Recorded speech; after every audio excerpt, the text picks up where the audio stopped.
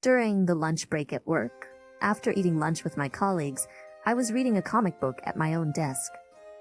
Even when the bell rang to let us know the end of the lunch break, I was engrossed in the story, wanting to read just one more page. Then somebody tapped me on the shoulder from behind. When I turned around, it was my direct superior, the department head. In a hurry, I opened the drawer and threw in the comic book. Hey Johnson, you got a moment? Could you come to the conference room with me? The department head spoke to me in the same mild and gentle tone as always. Immediately, I got up from my seat and followed the department head to the conference room. When we entered the empty conference room, the department head asked me if I wasn't going to take any more paid leaves. In the previous month, I sporadically took day-offs almost every week. What about it, Johnson? Are you going to take some day-offs this month or not? Saying that, the department head gave me a sharp stare. As I was lost for words to reply, the department head spoke ruthlessly. You don't want to work with me, do you? As you wished, you're going to be let go from my department and also from the head office. The department head told me that this was a transfer order. I had no right to refuse, and I was forced to either follow the transfer order or quit the company. So you mean I'm being demoted? That night, when I got home, I told my girlfriend Mary about the situation. I'd been living with her for almost 7 years. I was forced by the department head to choose between following the transfer order or quitting the company, and I chose to stay in the company. The place I was being transferred to was a sales office in a remote area in the Midwest. Why are you being demoted? When I hesitated to answer, Mary said, "Could it be that you were trying to change jobs and the company found out?" She hit the nail on the head. With a stunned face, Mary sighed. She said that she had a vague idea on the reason why I was taking day-offs during the week and going somewhere. I have already changed jobs 4 times since I graduated from college. It's not that I have any particular complaints about any of the companies I've worked for. However, once I've been in a job for 3 or 4 years and get used to it, I'd get bored. Not that I have any ambition either. I just felt like maybe it's about time I tried something different. However, there was another reason why I decided to attempt this 5th job change. I'm already 40.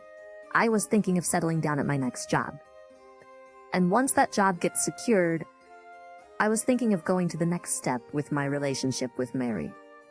So I consulted with a headhunting agent and managed to get interviews with several companies, but my age was a barrier to get a new job somehow.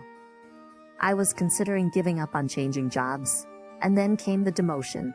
I never thought that my job hunting would be found out by the department head. I can understand why your boss got pissed off. His trusted subordinate was secretly trying to change jobs behind his back. I had nothing to say to Mary's words. So anyway, I'm being transferred, right? So, When I tried to ask her to come with me, Mary cut me off sharply. I have my life here, building my career. Besides, I'm not obliged to follow you to such a remote place. We're not even married. After that, Mary and I got into a heated argument. Being at a disadvantage, I pouted like a spoiled child and took a nap on the living room couch. Then I began to reflect on my relationship with Mary since I met her. I first met Mary at a friend's wedding reception. She wasn't exceptionally pretty, but there was something welcoming about her face that drew me to her. She asked me about my job. I told her I had switched jobs twice and proudly said, "Staying at one company for too long is outdated." She nodded approvingly and said, "Johnson, you're very career-oriented, aren't you?" She was the one who suggested exchanging numbers.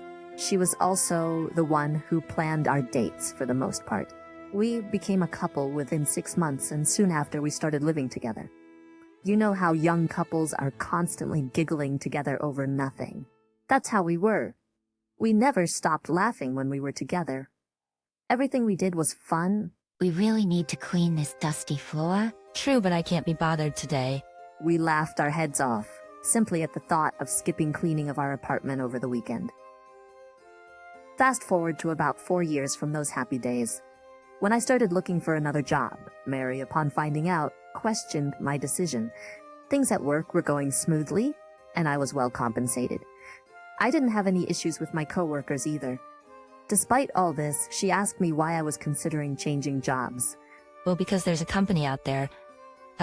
I jokingly replied, but she didn't laugh. It was clear that she started to doubt my true nature. She realized that my attitude towards work was not about career progression, but simply about being fickle. From then on, her look at me changed.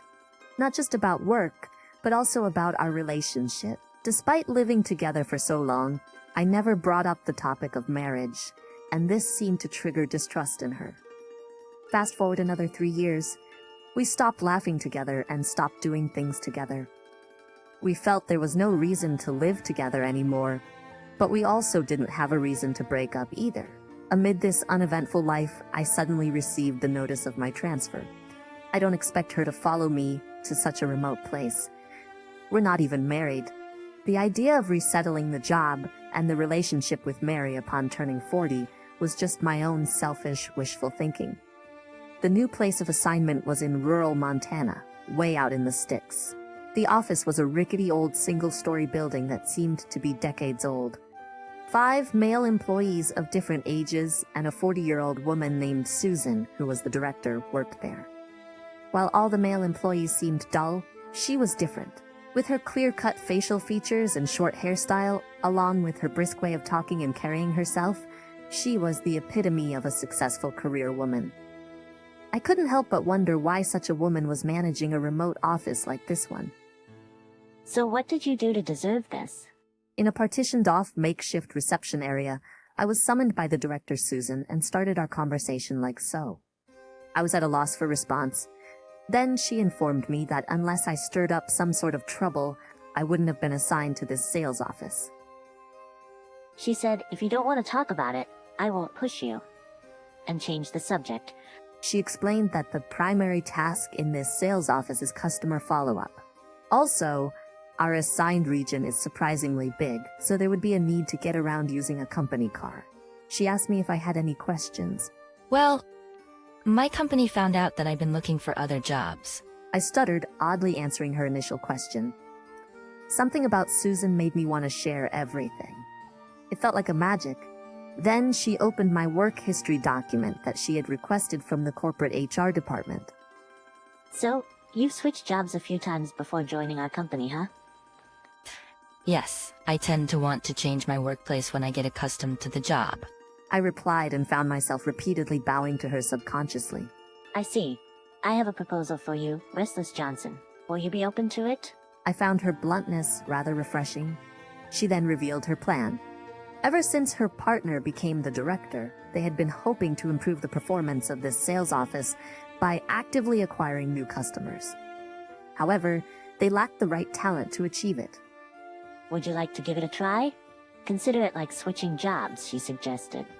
Her gaze held an undeniable intensity. I'll do it. I have no other choice, I thought. Even if it's a small sales office, if I could contribute to increasing the performance, I might be able to return to the headquarters.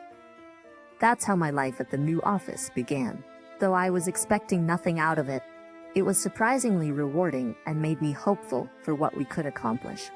Every weekend, I would visit the apartment where Mary still lived by herself. There, too, things started to change. I was eager for Mary to hear about my week at the new office. I would start trembling. It seems like you're actually happy about the transfer. You're weird. It's not a transfer. It's a job switch. A new job.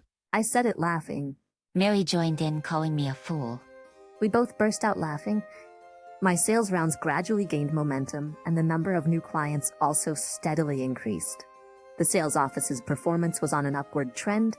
Susan was also pleased, and we started to spend more time after work, having drinks at the only pub near the office. The sales office, Director Susan and I, we all enjoyed a smooth sailing period. However, on a Friday, half a year later, Director Susan, who had been out at the headquarters all day, returned to the sales office in the evening. Unlike her usual brisk self, she looked as if she had lost her soul. I rushed over to her immediately. It's all over. Everything. Susan muttered to me, then straightened her back and announced the news to everyone. The sales office would be closed at the end of the next fiscal year. She asked everyone to start considering their next moves as soon as they received their dismissal notices, as there would be nothing she could do about personnel matters at that point. As she slumped into her chair, she looked at me. They're banning new sales activity too. If we keep adding customers, it's gonna be a hassle later on. Susan had said just that before she buried her face in her hands and slumped over the desk. The closure of our branch and the order to halt all new businesses were a shock to me also. What am I supposed to do from now on? I really wanted to hop on a train and talk about the situation with Mary immediately.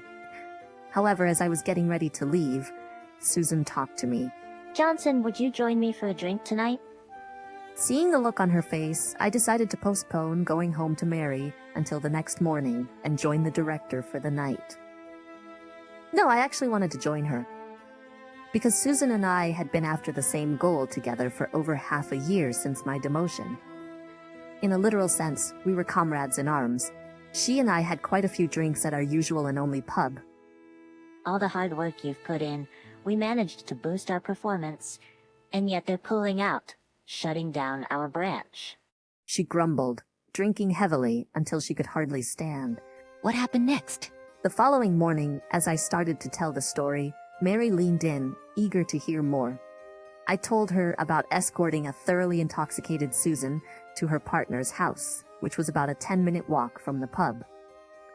There was a light on in Susan's house. I hadn't asked anything about her personal life until then, so I didn't even know if she was single or married. So she's living with her family. I more or less carried Susan to the front door and rang the doorbell. A woman's voice from inside the house answered yes, and the front door opened. Susan, get a hold of yourself. The woman took hold of the drunk Susan, chiding her. Susan kept repeating, "It's frustrating, so frustrating," under her breath. Who's that woman? Mary asked, looking puzzled. Susan's partner, I replied. Partner? I nodded slowly and went on to describe the conversation afterwards between Susan and the woman. Susan clung to the woman in a childish and clingy manner that she'd never displayed at work. The woman gave me a wry smile, saying, "Here we go again," before she took Susan inside, then came back to where I was standing at the entrance. Johnson, isn't it? Susan is always in your debt. She thanked me sincerely. Susan was sent to that branch because the company took issue with her living with someone who wasn't a spouse or a record holder. I told Mary, Ever since Susan had been living in a house they rented themselves without receiving rent allowances from the company. Monday of the following week, as soon as I arrived at the office, Susan called me over to the reception area. The first thing she did was to apologize for her behavior on Friday, saying she had gotten so drunk she can't remember anything. I must have caused you trouble by having you take me home. And about what's going to happen from now on, Susan began lowering her voice. She had decided to resign voluntarily without waiting for the company's formal notice. When she was reassigned to the sales office, she was headhunted by a client company, she said. At that time, she decided to stay with the company that had demoted her without any wrongdoing, hoping to give them a taste of their own medicine. She wasn't sure if that client would still hire her, but she had several other prospects, so she was planning to look for a job after leaving. You know, my roommate suggested it might be better that way. And the roommate, Susan's partner, kindly suggested that Susan should lend a hand in my search for a new job if necessary. In other words, as long as I'm the director, I should be able to pull some strings. So why not use your pay vacation or whatever to help look for a new job? Director Susan's words made me realize something. Since I was reassigned, I had sealed off the idea of changing jobs. That's why, no matter what order was handed down, I had decided to stay with this company. But the passive attitude would not do any good at this point. Now is the time to change jobs. But I was worried about what Mary would say if she found out I was changing jobs. That was my only concern. I contacted the headhunting agent again and started to look for a job. Thanks to Susan, the process of scheduling job interviews went smoothly. However, I couldn't find a company that would hire me. A month passed, and it was time for the boss to leave the office. I wonder if I've meddled in your situation too much. Susan said when I told her that I was having a hard time finding a new job. At that time, I still had the option to stay with the company. On the weekend, I went to Mary's apartment as usual. Oh, I see your boss, Susan, left the company. Mary said, and then she asked me what I was going to do.